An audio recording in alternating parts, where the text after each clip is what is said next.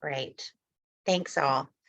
My role here is in part to welcome all of you, and I'm so excited to have so many people present because this is a challenge that every part of Illinois and every part of our country is really looking in anticipation and some nervousness to address. And I think that we here in DuPage are going to be well positioned to make sure that most, not to say if possible, all of the families who are about to go through a Medicaid redetermination that has not happened in the last 3, or actually more accurately for many 4 years, can do so seamlessly. There are going to be challenges associated, and I think it's really incumbent upon everyone in this room and many who are not in this room to partner together to make sure that everyone continues to have access to high quality health care, whether it be through Medicaid or another pathway that opens for them after redetermination. So really, really grateful for everyone taking their time and for everyone's thoughtfulness as we think about how to address this as a local community. The DuPage Health Coalition and the DuPage Federation are really pleased to be able to welcome all of you to the conversation. And we really also want to express special thanks to the DuPage County Health Department for their leadership in this conversation, as well as our partners from the state of Illinois, who will be sharing some important information and helping to brainstorm with us how we can ensure that this is a smooth transition. Please be mindful and keep your microphone muted if you're not speaking. It's a large group, and so that can be challenging to manage. But with that, we will also do our best to mute unintentional voices, because every single one of us has been one of those unintentional voices, and we don't want to do anything to compound that.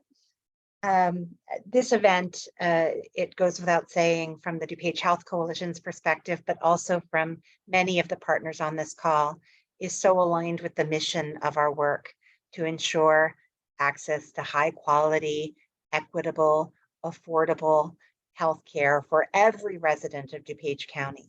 And so today we recognize that Medicaid is an increasingly and significantly important piece of the healthcare landscape and the way that people in our community receive care. For folks who are not aware and don't have this context, why we are doing this today and why this is so critical today is that over the course of the time during the pandemic, appropriately, the state of Illinois halted the process of redetermination, which is the process that has long existed, asking people to requalify their eligibility for Medicaid. That means that folks who were enrolled during that period, and also individuals who were enrolled prior to the pandemic, have had continuous coverage as a consequence of the pandemic and the public health emergency. The nation and also the state have now delinked the public health emergency from Medicaid re-enrollment processes. And we've known that this was coming for about a year, but now we are facing within just the next few months the active negotiation of this new redetermination. There are many, many folks who will need to redetermine and who actually will qualify to continue to be enrolled in Medicaid.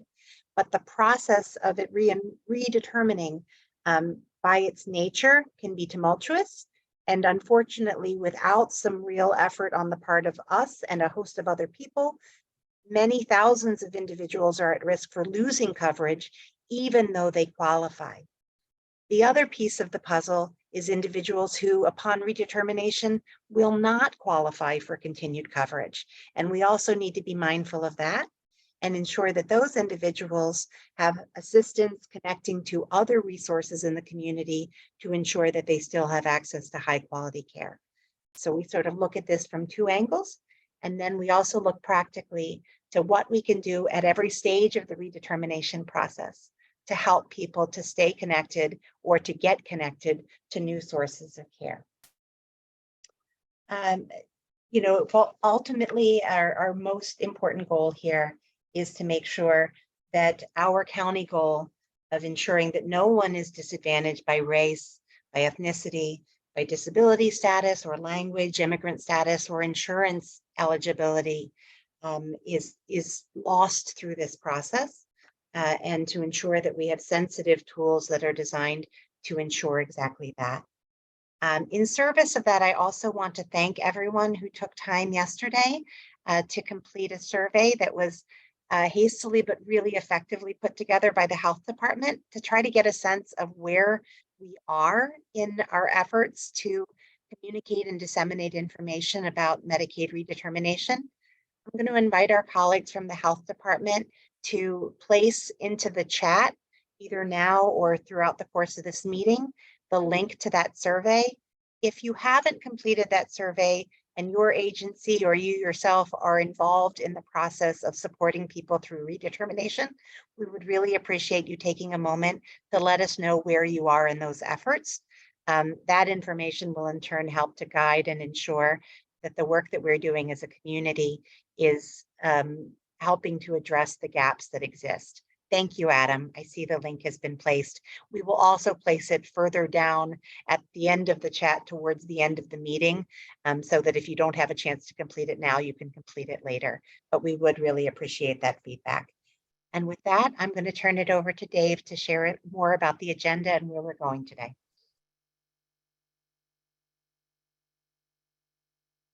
You're on mute, Dave. Thanks, Kara. It's really great to see everyone that is here today. Thanks for joining in this collaboration.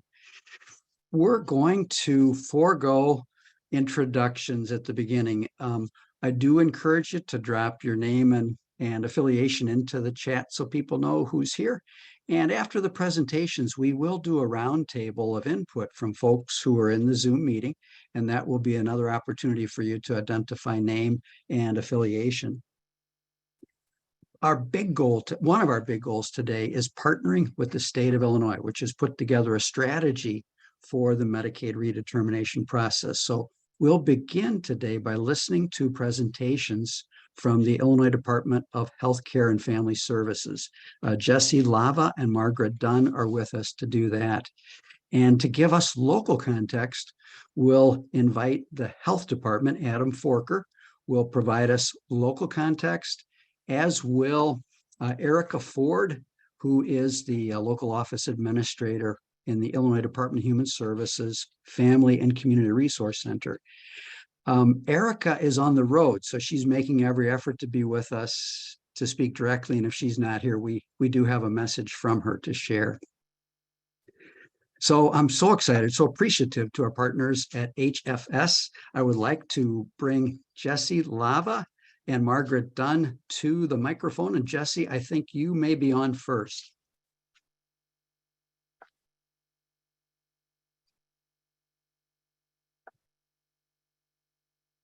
As Jesse and Margaret are queuing up, I want to say, Jesse and Margaret, let us know if you would like to take live questions during your presentation, or if you would prefer that they be held until you complete or dropped in the chat. We can handle any one of those processes. And I know you're going to be sharing a screen, so we want to make sure that we're enabled for screen share as well. I am fine.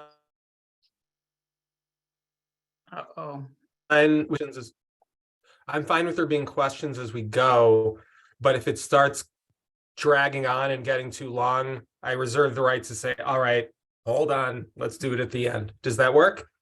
That works. And I remind folks that questions can come in English or Spanish through the chat. And when we get into a discussion section, we'll take live questions in both languages. Thanks, Jesse. Oh, that I'm being forced to go at a slower medium pace because I can otherwise be verbose and fast. If I get too fast, translator, I forgot your name. Please tell me to slow down. All right.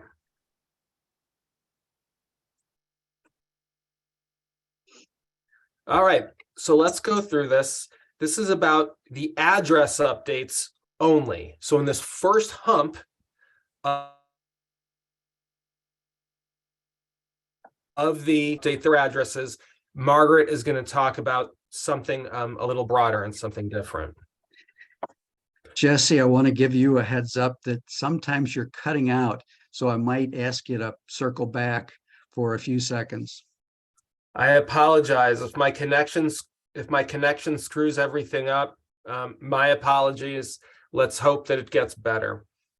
So the challenge we're facing, and I think most of you know this, but I'll just go through it, is that Medicaid customers have had continuous coverage since March of 2020. They haven't had to renew, but that really means they often haven't renewed since March of 2019 or over the course of 2019, because if they had last renewed in 2019, they didn't have to do it in 2020. So we're talking about 3 to 4 years, or over 3 years to over 4 years, that this will be an issue. Renewal notices will start going out at the end of April, beginning of May this year, and that's for people whose renewals are due in June. Those are the first folks who will no longer have continuous coverage. Then people will renew throughout the year. Not everybody is going to have to renew immediately. If their last renewal was June, it'll be June. If September. So let's say approximately 1/12 of Medicaid customers will be renewing in any given month. So the reason this matters is that coverage could lapse if we mail the renewal notice to the wrong place.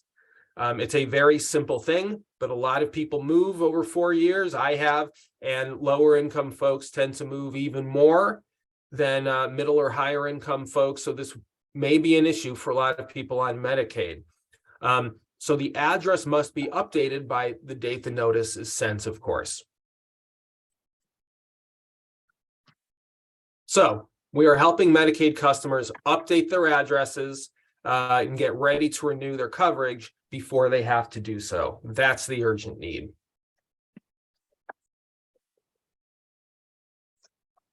So let's talk about communications with these customers.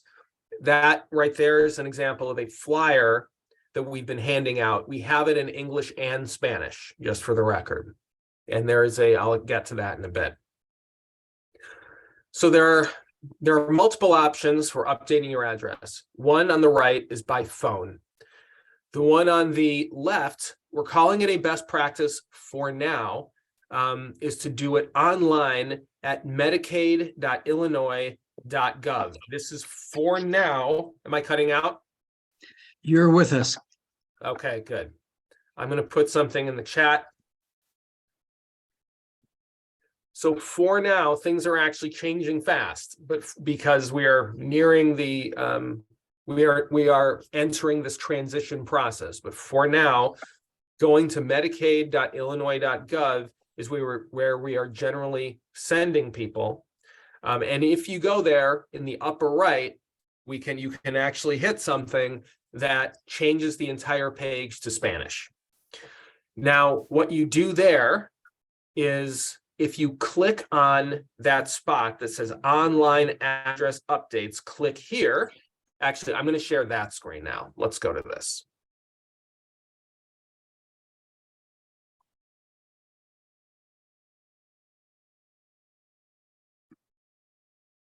Okay.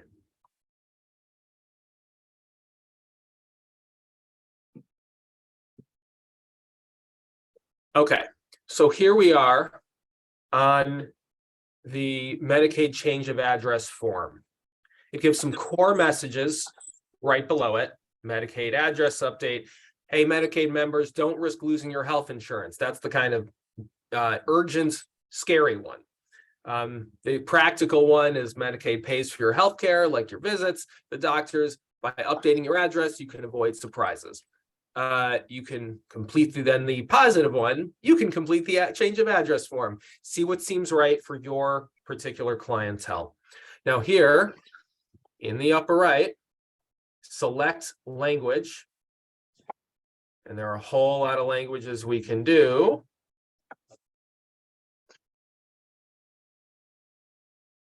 There. So now it's all in Spanish. Now the thing is, click this red button. And here we are at the address change form. You put in your name, your old address that would be on file where you were receiving things, then the new address. It is very fast and easy. Now, I don't want to pretend that this is perfect for everyone. For one thing, if you don't know what your address was before, this will be hard for you. And secondly, I have to acknowledge this is not the most secure option. A crazy ex-boyfriend could decide, I am going to screw over someone and have their Medicaid address go to the wrong place. But we made a choice to have this be the option because we think it will help a lot more people than hurt, given how fast and easy it is relative to another option that may have a lot of points of friction. However, we are soon going to switch over to that anyway, as we get over this initial hump of getting people to have their right address stated. Okay, let's do a new share. We'll go back to the old screen. Actually, here.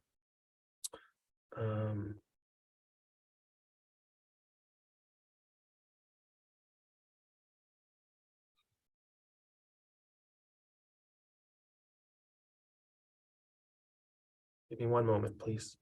Mhm.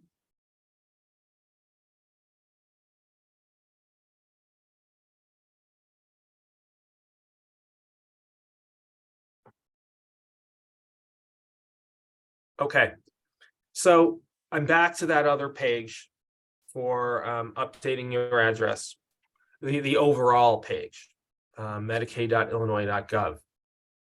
And if you see third from right, I'll just say it in English because I don't want to, my Spanish accent is not good. This is a toolkit with the messages and other things that you guys can use. I'm pressing on it.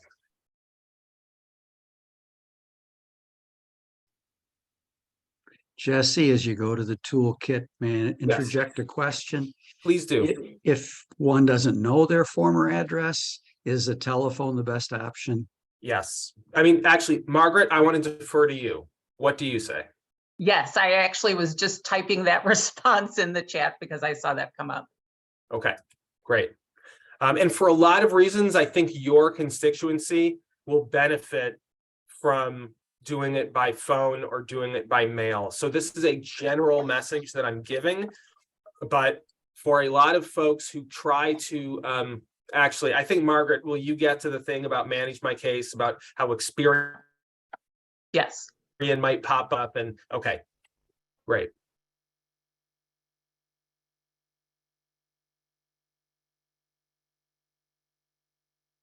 All right, let's go back to this now.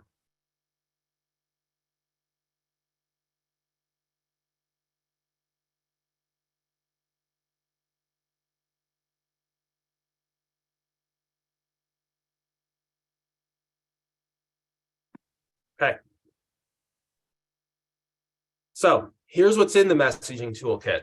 We've got some core things people can say, images that people can use, flyers, phone scripts. So if you want to call people, sample text messages. So if you want to just copy paste that and send it to your clientele, that works. And what we encourage people to do is use it in your everyday practice. And I'll talk more about that in just a moment. Jesse, a couple more questions have popped in, and this is where you can put up the boundary if you need to. What's the capacity to handle the influx of telephone calls? Do you anticipate any difficulties? So far, it's been fine. Margaret, do you have a guess as to whether we'll be able to absorb an explosion here? Yeah, well, we did add staff to keep up with phone changes in this period, but we are continually adding staff to deal with the redetermination process. So yes, I think we're prepared. And actually, I'm going to talk a little bit faster if I can, just because I see that we might run out of time otherwise. So here's how groups can, but tell me if it's too fast. I'm going to try to split the difference. Here's how groups can use the messages.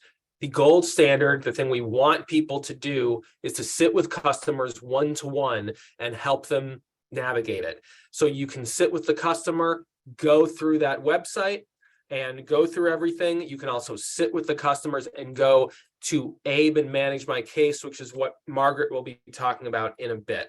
If you do it with them, you know it'll happen. But the thing is, legally, you are supposed to be if they tell you, here's my old address and here's my new address, I'm going to leave, you're technically not supposed to be able to do that.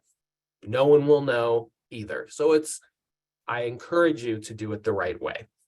But excuse me, if you're on the phone with them, they are supposed to do it themselves as you talk through it. But again, no one will know otherwise. So you can hand out flyers one-to-one and say how important it is. You can email, text, call.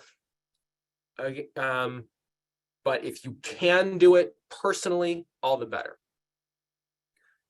An example, if you're a provider office, walk them through the process. You can check Medi, if any of you have that capability, to see if the address on file is already up to date. And if it is, you should be fine. Margaret, correct me if I'm wrong on that. But that's one thing you could do if you're a provider. If you're a social service agency, and I think this will apply to a lot of you, we're just giving a food pantry example, but there are a lot of ways you could potentially do this. For food pantry, put the flyer in the bag of food, tell them to look for it. Or you could, if you have the staff, or volunteer base, you could sit with them and do it after they get their food, whatever the case may be. Whatever flow you have is what you should use. Here's an example of texting. If you look on the left here, Medicaid member, don't risk losing your health insurance. You could copy paste this or copy paste the Spanish version of it and send it out, or you can adjust it to your organization so people know who it's coming from. Also on social media, you could simply you could share this on social media. Now, for a lot of organizations, the people who see their social media are not their customers. So use this judiciously and whatever works for you. So my call to action for you guys is to commit to a plan. Don't think that theoretically you will do it. Talk with me personally. I'm going to give my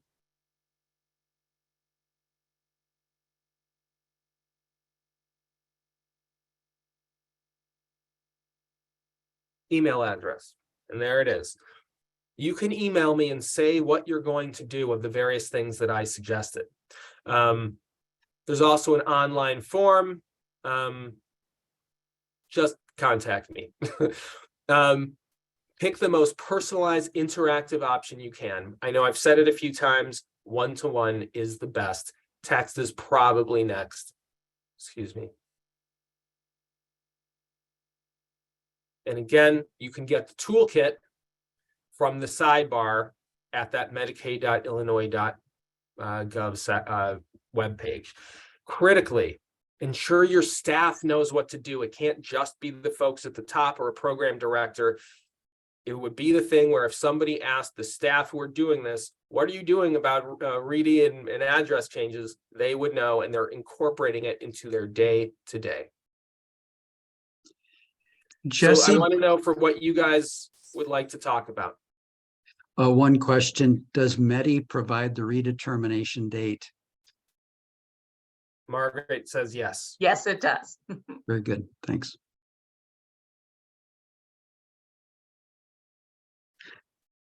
So I'm going to suggest that we move to Margaret. And Margaret, invite your presentation on Manage My Case. Dave, just a quick question. For the questions that are in the chat that we haven't been able to go to yet, Oh. Can we incorporate those into the facilitated discussion after? Forgive me, I missed the new ones that had shown up. While we've got Jesse here, maybe let's go ahead with, I see now Tamika's question. Does this webpage for change address work well on a mobile device? It works. I can't guarantee that it's as nice and clean as an app, but as a fancy app, but It's for it's close enough for government work, as they say. Have you planned to absorb the additional activity to the ABE website? And can clients get updates to their case as they would in the mail? Yes. Now, only half of clients right now use ABE and Manage My Case. I imagine that number is far lower for the immigrant population that a lot of you serve. So again, phone or mail might end up being the best option for you, for your clients. Let me see, what else can this other languages? Yes, we've covered that. I'm just looking at the chat. Don't know what address is on files, calling the best option. Yes. I'm seeing that you already asked me some of these. It looks like we have gotten them. Okay, so great. I will now turn it over. Thanks, Jesse. Okay, and I'm not sure if I have the option to do this as a slide presentation. I tried that the other day and it didn't work. So I'm just going to stick with this format. Would you please give us just a last try, that little icon on the very top that looks like a presentation screen after the curvy lines? Up, up, up. Yeah, that one. Okay, awesome. Thank you so much. You're I welcome. tried it my usual way yesterday and it didn't work, and I wasn't sure if it was an option on this format, but thank you so much. Okay, so now to start talking about Manage My Case.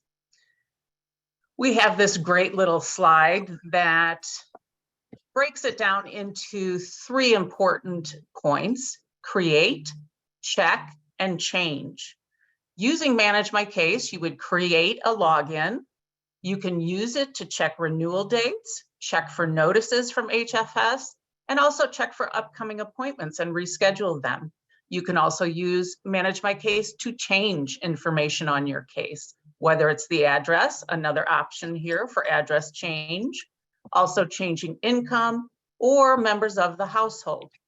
And the wonderful thing about Manage My Case, if you can help customers to set it up, is it is the easiest way to submit renewals redeterminations. And it's instant. It goes over to our office the instant that submit button is hit. So the first step for Manage My Case is creating the login information, as I said. If your customers submitted their application through Manage My Case, they will already have a user ID and password, and that's what they would use for Manage My Case. If they did not submit an application through Manage My Case, or if they've had a case for a very long time, they can still use Manage My Case. They would just need to hit that Manage My Case button, and then they would see this user ID and password screen. And at the bottom of that is the blue link to create a new ABE user ID and password. And this is what those screens look like: basic information, as well as creating a user ID. And as it says there, 5 to 20 letters and or numbers, and a password. And I have those requirements listed. They are the same general requirements used everywhere for creating a password. The important thing is that users also have to set up a secret question and answer in order to change their password. For example, when they forget it, which we know happens often, but those answers to their secret questions are required in order to change a password. So if individuals don't remember those answers, they will not be able to change their password, and their only option will be to create a new account. Now that I've said all that about creating an account, I also want to let you know that we are transitioning to a new login and multi-factor authentication process. That is coming right down the road in the next few months. So that's going to be another challenge for us as we begin redeterminations, and work in both apply for benefits and manage my case. The state, however, is trying to switch all of its systems to this iLogin process. So customers may have already encountered it with the Department of Employment Security, but in any case, they will have to create an iLogin account. They will then have to connect that to their ABE profile. And then the final third step would be choosing what action they want to take. And we will have a lot more information as we move forward with that. We'll have a banner on our ABE screen with a link to an information page as we get closer to that transition. Here's some important information for people that are assisting customers, whether they're application agents, navigators, assisters. We also have our MCOs on board to assist customers as well. Those individuals should not create the Manage My Case account for the customer. They can be sitting with the customer, and that's ideally what we want agencies to do if they have the manpower to do that, but they cannot create the account without the customer with them unless they have been designated as an approved representative. One other important point, if a navigator assister is assisting the customer, they should not keep the customer user ID and password. That is a security risk and potentially a HIPAA issue because they would be able to see private information on that individual. You can write it down for the customer and just emphasize to them that it should be stored securely. Okay, moving on to linking. This is required to use Manage My Case. You would see one of these two screens after you have entered your password, and this is one time only. This account linking happens the first time you use Manage My Case. If you did use ABE to submit an application, you'd see this top screen. If you have a new account, you would see this bottom screen, but they both have this option to link their account. And linking the account is pretty easy, and you don't need the social to do this. It's just entering the birth date twice to make sure it's matching, and then entering either the individual ID number or the Social Security number. We have found over time that it works best if you don't enter both numbers. So the individual ID number is not the same as the RIN number. It's a number every person is assigned, and it is listed in the top right-hand corner of every notice the customer gets. It's also always on the last page. We know notices can be 3, 4, 5 pages long. It's always on the last page of a notice as well. So that would be the process for linking their account. We do know sometimes they run into problems, and I've got a email at the end that you can send customers to. Now, the next piece is going through the identity proofing process. Anybody that uses Manage My Case will have to go through identity proofing. The good news is that we are very shortly going to start using the Secretary of State as an identity proofing process. We know that our customers had some difficulties with our old process, which is using Experian. And if you didn't have a credit history, a lot of times you would not be able to be identity proofed. So using the Secretary of State, all you need is an Illinois driver's license or state ID card. So we're really hoping that this is going to make the process easier and encourage all our customers to use the Manage My Case module. So the first question is whether or not you have that ID. If the answer is no, you would then be advanced to our old Experian process.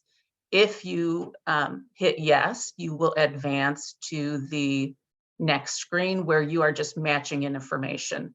And you do have to enter the information exactly as it appears on that driver's license or ID. If it's not exactly the same, the matching will fail. So what happens with this form is the user enters the information, it's sent over immediately to Secretary of State, and this is real time. And then the Secretary of State sends a response, either saying yes or no, as far as the identity proofing for that individual. So it's just entering name, birth date, eye color, height, weight, and then finally the 12-digit ID on the driver's license or state ID. And that's listed here just for the additional information to the customer. Margaret, I'm sorry for interrupting, but we have some really good questions coming through. And I'm not Okay. sure if we wanted to hold that until the end. If so, feel free to let us know. But if not, I can read off a few, or you can visit the chat, however you choose to. Sure, go ahead and read off a few and I'll try and answer them. Okay, we did have someone ask about the path to manage my case. If that can be dropped in the chat box. Sure, it is the same point where people apply for benefits. So it's abe.illinois.gov. And there is a big green button right on that landing page of abe.illinois.gov. The individual just clicks on that, and then they're taken through this process of entering their user ID and password or creating a new account. Okay, the next question, it says all of this information in the toolkit is addressing Medicaid recipients with the transition to MCOs. I'm concerned that recipients no longer view themselves as Medicaid recipients, but rather they now are covered by Blue Cross Blue Shield or Aetna. What messaging has been prepared to address that issue? Well, actually, we have engaged with our MCOs so that they will be assisting us in this process. They'll be reaching out to customers, letting them know about their redetermination dates. They're also going to have their care coordinators assist when possible in setting up accounts or just alerting them that they do have to complete the redeterminations. So we've got them on board and engaged to assist us through this process. All right, the next one is all of this ABE and MMC linkage available in other languages? It is available in Spanish. That is it at this point in time. We do, however, have staff in our FCRCs and on the call center line that have that speak different languages. We also have additional options if we know ahead of time, if it is not a language that's as common, that we can set that up as long as we have that additional information. Will HFS be able to provide local communities with the number or percentage of eligible renewal participants and the number of participants who have submitted their renewal once this starts rolling out? It would be great to get it broken down to zip code level so that we can do targeted outreach if possible. Yeah, and that is something that we're working on, trying to get some additional metrics so that we can provide information by area. And I'm going to stop now just so I have more time to go through this process. I won't go through the entire thing because I did share this with David so he can share it with everyone after the meeting, but just so you get an additional sense of how easy it is to use. Okay, so if the individual does not, is not able to be identified or doesn't have an ID, they would then go on to this Experian process. The Experian process is based on credit history. So again, we know that that has been difficult for some individuals. Next, if the individual is able to be verified, they would be taken to the Manage My Case landing page. If they were not, they have an Experian number that they can call. Through the phone call, they may be identified and they may not. If they are not identified through the phone call, the last resort would be requesting manual identity proofing. So that is a third option. Again, we're hoping the Secretary of State interface helps a lot of our customers, but we do always have this manual identity proofing process. There's a form that needs to be completed. And then with the form, we do request some proof documents. These are listed here. It would either be one item from column A or 2 items from column B. Moving on to the functionality in ABE, it is broken into 4 different tabs: the case summary, benefit details, contact information, and account management.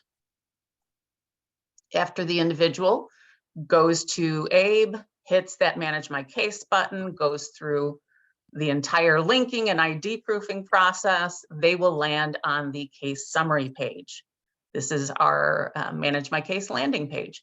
And as you can see, we've got the buttons displayed right here, really important parts: renew my benefits, report changes, and additionally be able to apply for additional benefits. So those are some of the great options that individuals can use Manage My Case for.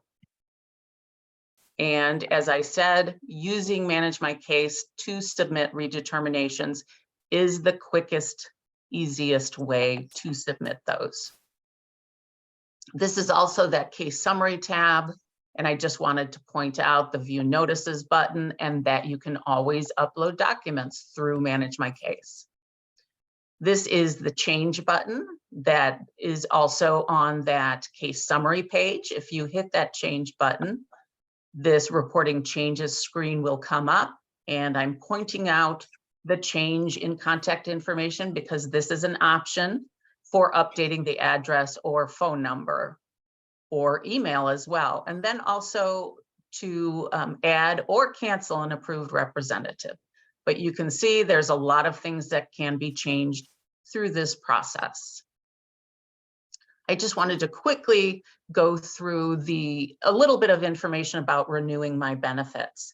That button would be on the front page, however, it's not always there. It will only display 60 days prior to the end of the customer's current approval period. And then it will continue to display for 90 days after that, because that's our reinstatement period. So if the individual misses their renewal, they still have the option to submit during that 90-day reinstatement period. So once the customer would hit that Renew My Benefits button, this box would come up. It would tell them what benefit is due for redetermination, and then it would also give them their RED date that it needs to be submitted by. If there has been changes, such as change in income, change in address, or change in the number of people in the household, you may be required to submit proof. And again, we have that easy upload button that will assist in submitting that proof. And this is just a page which displays the final steps. It does have the tracking number. It also allows you to print the entire redetermination. This is a visual of a midpoint report, which is for SNAP benefits. It's quick and easy, just yes, no buttons, hitting submit, and that SNAP midpoint report is submitted. Now, I did want to go over the benefit details tab. This will give the customer a snapshot of the benefits they're receiving, and this particular customer has both food assistance, SNAP, and healthcare coverage. This summary allows them to click on this link, and then they will get a summary of that benefit. Right here, we've got the medical benefit summary. It does also tell them their RED date. So even if their RED date is not this month, which will be great for people to get an idea of, I know sometimes people are nervous that they will need to submit those REDs right at the end of this continuous coverage. If they check with Manage My Case, they can see what their actual redeem month will be. Also, as Jesse said, that's available in Medi as well. And this summary also includes their MCO information. And this particular individual has Blue Cross Blue Shield. Contact information, this gives the opportunity to change address again. Also gives the information about their office they're assigned to. And also really important, it allows you to send an email to a caseworker, and those are responded to within 48 hours. And during our COVID period, that has been through phone calls. So customers are getting responses from caseworkers right to their phone and getting their questions answered. And then lastly, at the bottom, it does list the case number as well as that really important individual ID number. And finally, I think this is my last screen, the account management tab, our last tab, does allow you to manage your communication preferences, currently also changing the password, which will be good until we switch over to iLogin. Then this top box will go away because passwords will be managed through the iLogin application. After hitting that communication preferences tab, you'll get to this page. This is really important, especially now as we're going into the end of continuous eligibility, because the customer has the option to check email and text messaging. So it allows you to choose paper and electronic only, and then your decision on emails and text alerts. You can choose not to receive them at all, to receive emails, or to receive emails and text. And both HFS and DHS will be sending text to customers to remind them about their redetermination. So if this is clicked, it's another great option to keep the customers informed about their RED date. And just some important emails and sites that are available: dhs.abe.questions@illinois.gov is Manage My Case support. If people run into technical issues or problems using Manage My Case, we also have a whole page on the DHS website, customer support application for benefits eligibility. And that has a lot of information. It's got a Manage My Case guide. It will have information on the new iLogin process as we go to that. And then the last email is for provider portal support.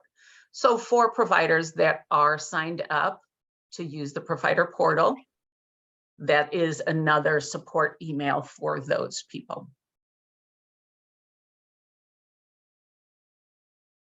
And that's it. Thanks, Margaret. There are a couple of questions that have popped up. Okay. One is about the path to Manage My Case, and Rosa has dropped the address there, abe.illinois.gov, into the Thank chat. you. Thank you so much. Do temporary driver's licenses issued to immigrants work for Illinois SOS identity verification?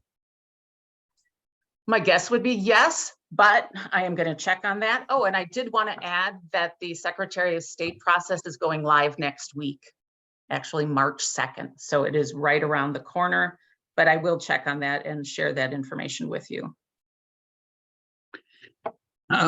Is there consideration for ID proofing with SOS, beginning with change of address, to mitigate against the scenario we heard from Jesse, the angry boyfriend?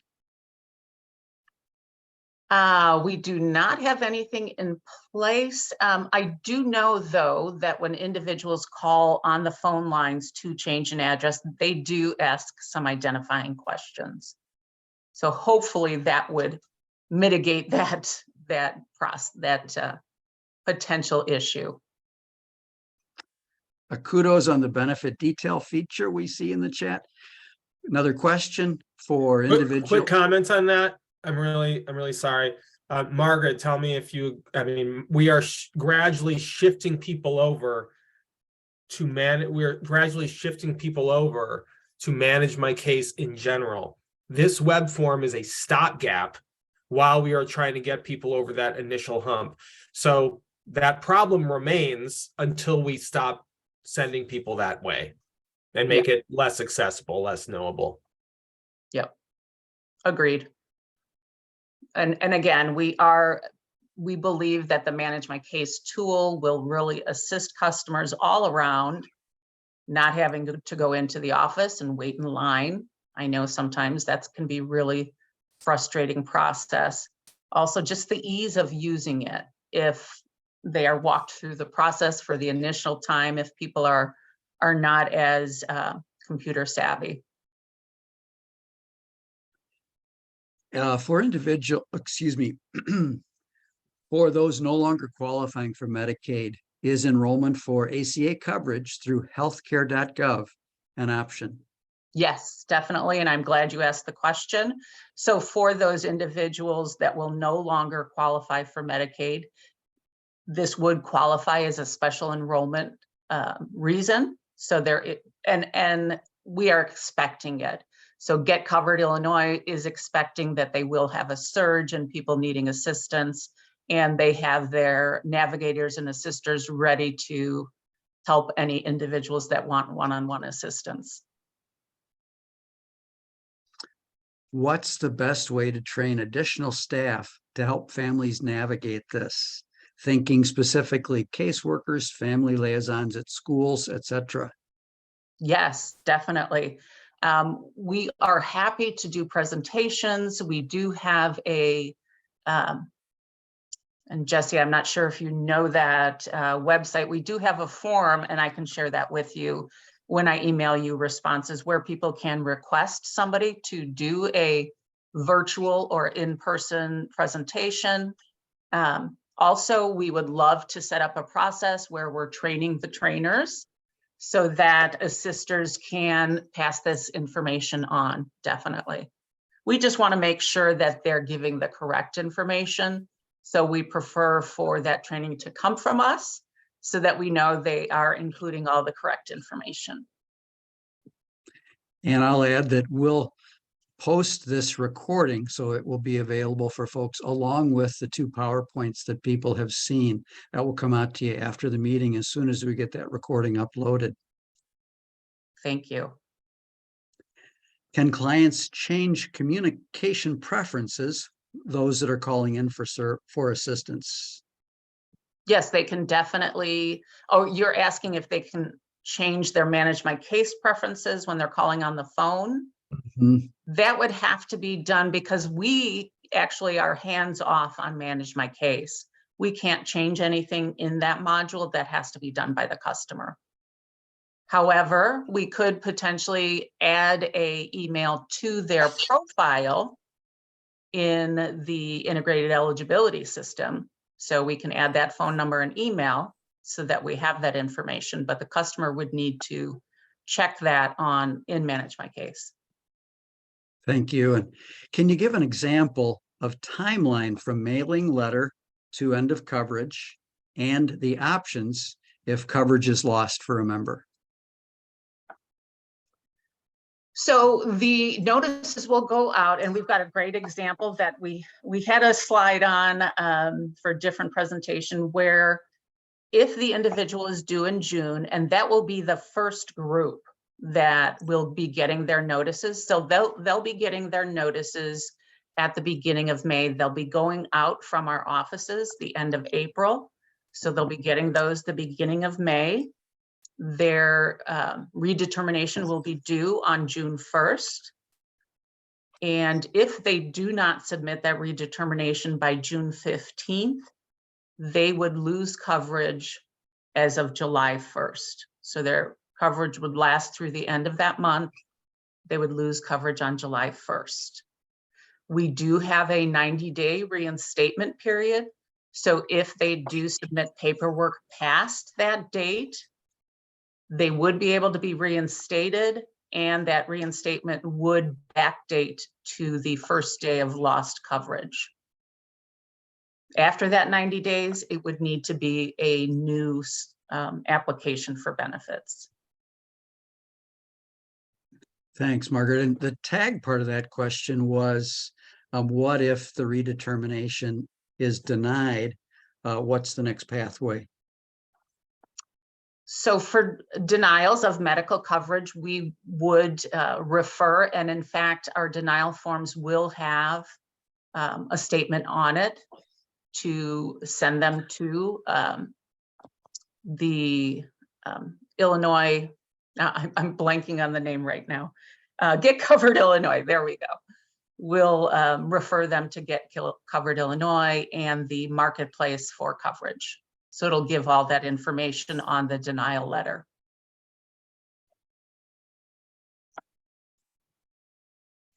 Very good. Thank you. You're welcome. So it's 12:07 and we've budgeted through 12:30. We have two more brief presentations that I want to be sure to get to before we open up for roundtable input. One comes from Erica Ford, the local office administrator of the Illinois Department of Human Services Family and Community Resource Center. And I see a phone number with us, and I don't know if that's Erica. Erica, are you with us? Let me share Erica's statement to the group and her intention to be deeply, deeply engaged with us and collaborate with us for next steps. Erica writes, "We are still working hybrid with staff in the office and staff working remotely. We are increasing the number of staff working in the office slightly to anticipate a potential influx of customers due to the changes. We are going to continue to request that customers use Manage My Case and the statewide call center to report their changes and submit their redeterminations. This will help tremendously as those items, actions submitted are in real time, and we have staff working on those items as fast as they come in."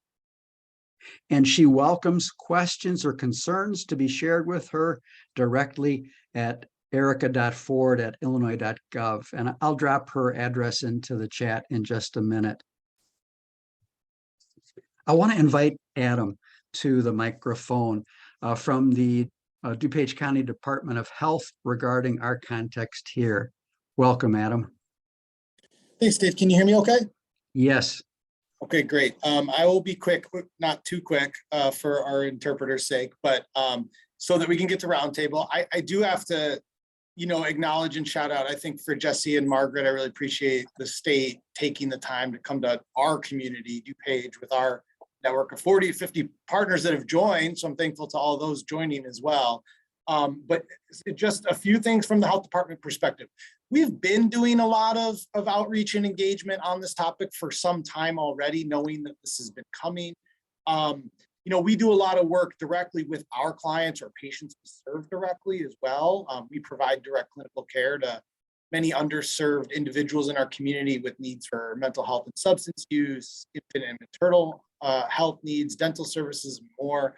So we've been communicating early and often with that large sort of segment of residents that we serve through their individual reading process and getting them ready. But we know it's not just about our clients and the clients we serve. DuPage has something like 165,000 enrollees in Medicaid. And so, we stand ready to assist any residents with this process. We've been doing some other work with community partners. On that end, I want to give a shout out to Catholic Charities. I think I saw at least one person from Catholic Charities on the call. They've established the community connection network that's allowed us to sort of amplify a lot of our outreach messaging to another 50 plus partners in the community. And to our libraries, I don't know that if we have anybody on from libraries in DuPage, but we've worked with 25 to 30 local libraries to also help get the word out and connect us with individuals. But aside from that, I really, again, we stand ready to assist and directly assist DuPage residents to navigate the individual process. That includes setting up a Manage My Case. And we just saw that presentation, and Manage My Case works. And so it is ideal for enrollees to be set up with that account. But I also know that it's challenging to get over those initial hurdles. So our staff will assist folks with that. So really it's just calling us and asking to set up an appointment with for benefiting or with a community health worker. Our community health workers are the folks that do that work. I'll drop our phone number and our website where there's some more details about that in the chat. And we also do really stand ready to use all of our communication platforms. So social media, our website, if the time comes and it's appropriate to do a press release, all those avenues that we've used and grown over the years, we stand ready to use to amplify this critical message.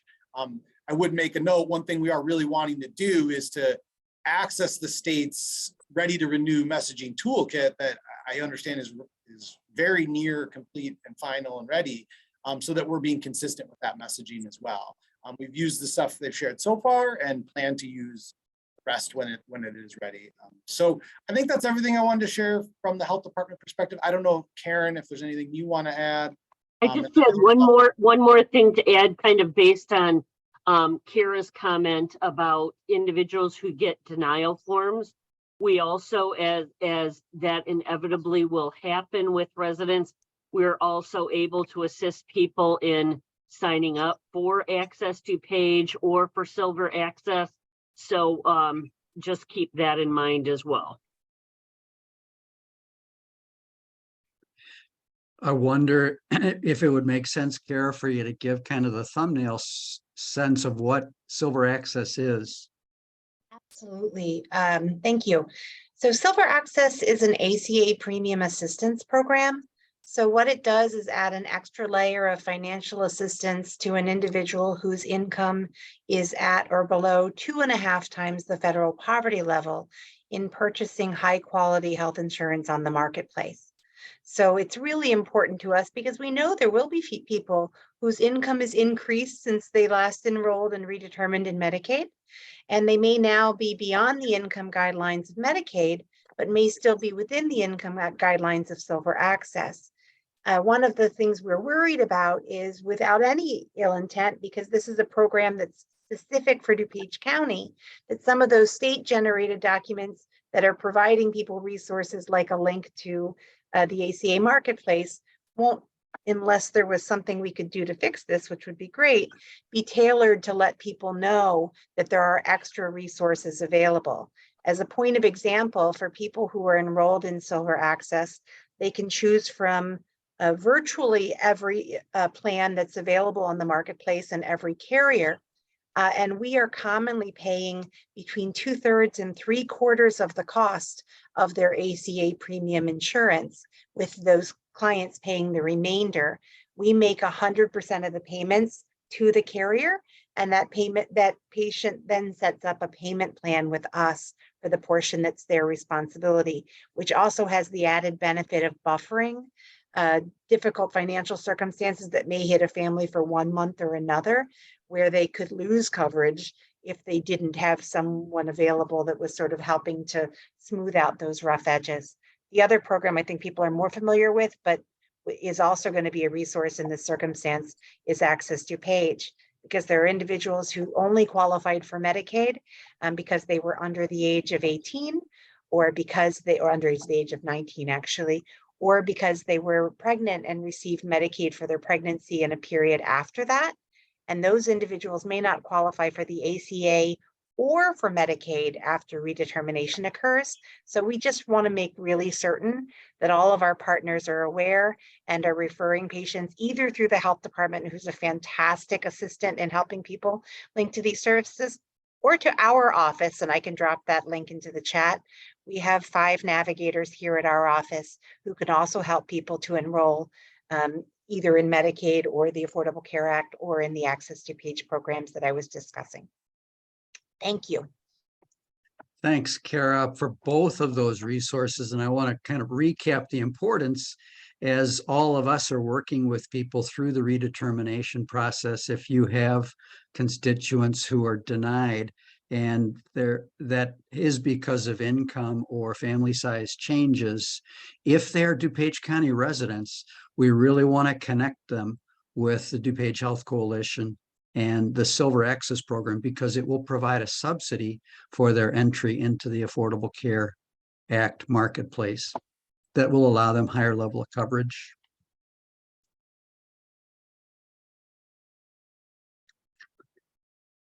And I see that Margaret has dropped a toolkit with flyers into the chat in response to a question from Margaret.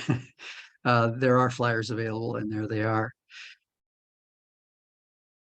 I want to check with Rosa. Have we missed any questions as we've gone through this large volume? Is there anything we should be addressing? No, it looks like you have addressed everything, and so did Danica. So yeah, so I'm gonna look one more time to make sure, but so far it looks good. Very good. All right.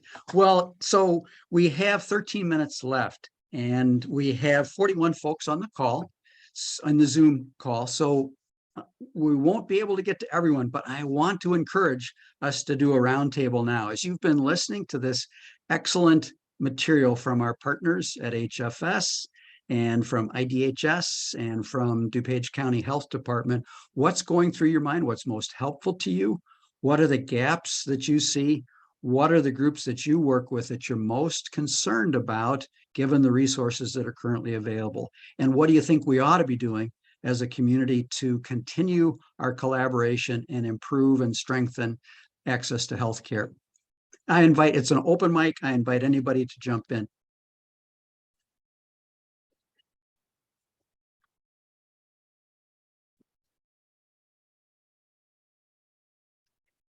I have a quick question about the address change.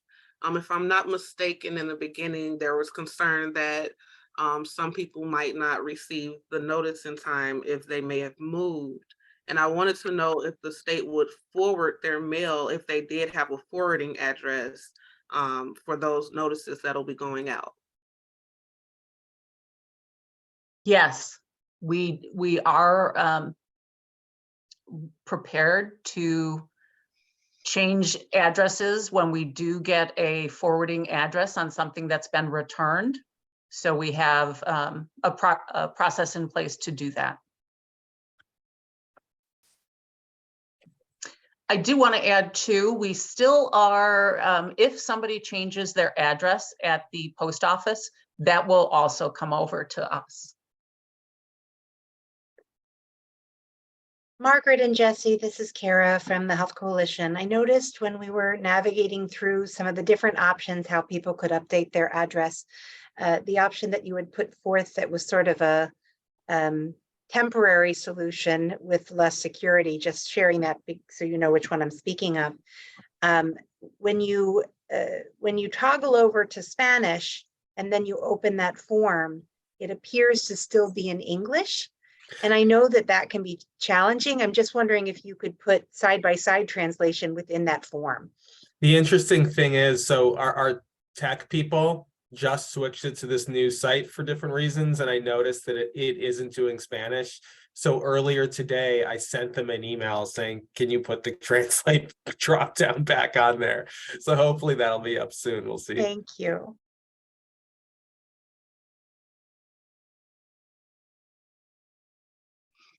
Reactions, thoughts, concerns based on what you've heard.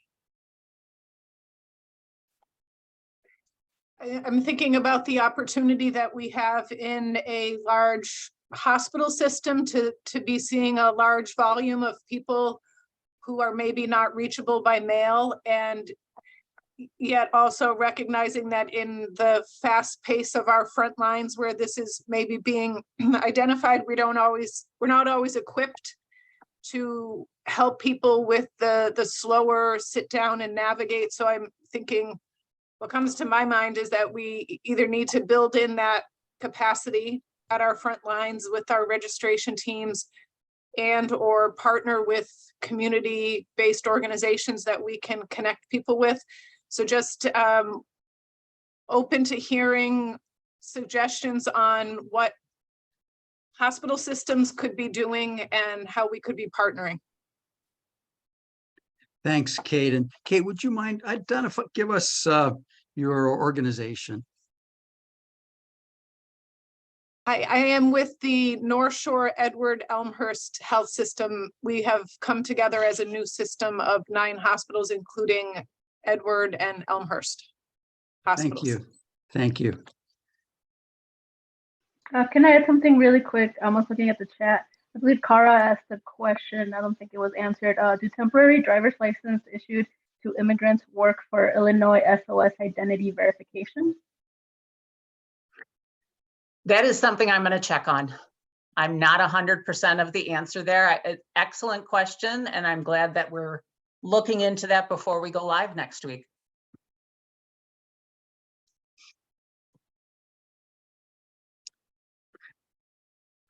Kate, you've asked a great question about ways that you could adapt your system and ways you could partner in the community.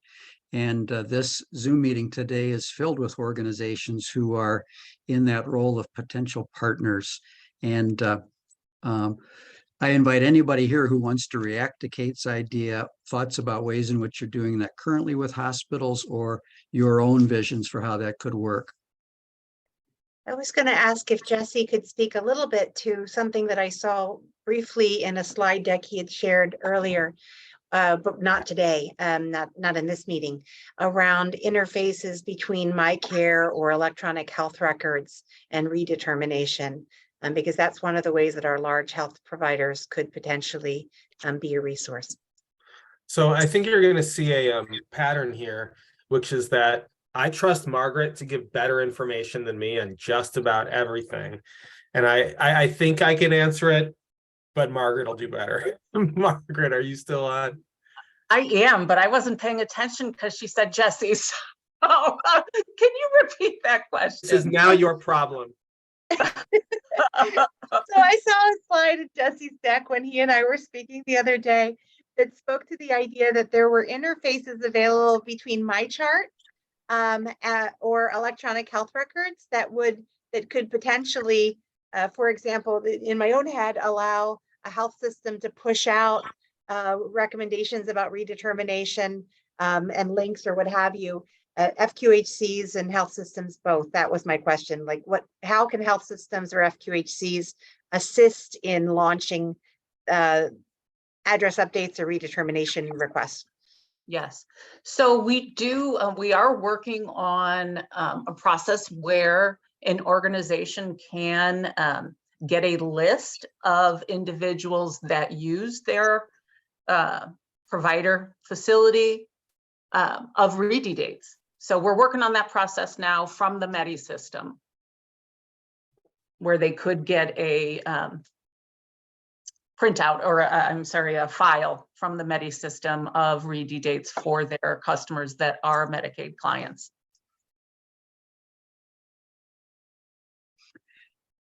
Thank you, Margaret. And I want to interject something here. I want to invite Beth to drop into the chat our 60-second feedback form. As we're getting close to the close, I see people beginning to sign out. So Beth, if you would drop that evaluation form into the chat, it's 60 seconds. Please help us know whether this has been helpful and how to best take next steps by filling that out. We would appreciate that. Also, I want to invite the health department to drop the Survey tool. Survey tool. Thank you. And it was Danica who's got the evaluation link dropped in. Thank you, Danica, for doing that. And Beth, thank you for sharing the resources on public benefits training. I want to check with Margaret and Jesse before we close off about coming back. So you have elements of your system that are in flux, and you're looking at that early May as the time when people are going to be receiving letters. I'd love to think about a way to re-engage when that time is imminent. We're now going to be doing some adjusting ourselves in the way in which we're doing outreach, and we would love to have an update from you at the time those letters are arriving. What do the letters look like, and what has changed in our ability to help folks navigate? And I wonder if you'd be open to that. Certainly. I think that we would be happy to come back and discuss things as they evolve. I also wanted to note that Janine just put a comment in the chat, and I know that there was discussion. I may even have missed, Molly may have made this comment early, but We Go Together for Kids was sharing something similar. I think that a lot of the folks who are on this call have teams who, or families who they think would really benefit from some of this information. And I'm wondering whether there's a speakers bureau or any other pathway by which we could, if we have a group of clients, or more commonly, perhaps a group of community-based organizations that would like to get some training for their team on how to assist in the redetermination efforts. Is there a way that we could request that kind of assistance? One thing, to go to the first part of your question, I would encourage everyone to go to the Medicaid Advisory Committee's public education meetings every couple months. There you can ask questions and learn as things evolve how we are trying to communicate with the public about all of these kinds of things. You can, let me try to find it in the, in a moment, I'll get the link to where you can see the schedule of those things and where you can register. But it's a very good resource. Now, in terms of the specifics in a speakers bureau or something akin to it, Margaret, what do you say, Margaret? Yes, we do have that, and I was actually busily searching, trying to find the link, but I'm not finding it. So I will, again, share that with Dave after the meeting. But we do have a recently put together speakers bureau. We are doing a lot of outreach events, both virtually and in person. So I will share that with Dave. Fantastic. I know that our time is coming to a close. I want to make a suggestion that if you have other questions, or if other questions arise, Dave, would you be willing to be the source that people could send those questions to? We could in turn combine them and periodically check in with our partners to try to get answers back to those who attended today. Mostly, I just want to say thank you for everyone who took an hour and a half on a Friday to be here, to be present, to be thoughtful about how we can do this together. This is the beginning of a road that's going to last more than a year, but I really have incredible optimism about the group that we have assembled here and our abilities to think creatively and create strategies that really work well. I also want to just echo the thanks that others have already provided to Margaret, to Jesse, to Adam, to Dave, for putting this project together and for remaining so committed and giving so generously of your time. I think that this is exactly what we need to do, and probably need to do again, and maybe again, to ensure that this process goes as smoothly as it can and should. But thank you all for being here. Now, this is a rhetorical comment, but we aren't doing you a favor. We are working together. We are not being generous with our time. We want this to work. You want this to work. We are a team. You don't have to thank us. I am so glad that we're all doing this together. Well, and I think the subtext is that we feel that and we appreciate it. Thank you. Have a great day, everybody.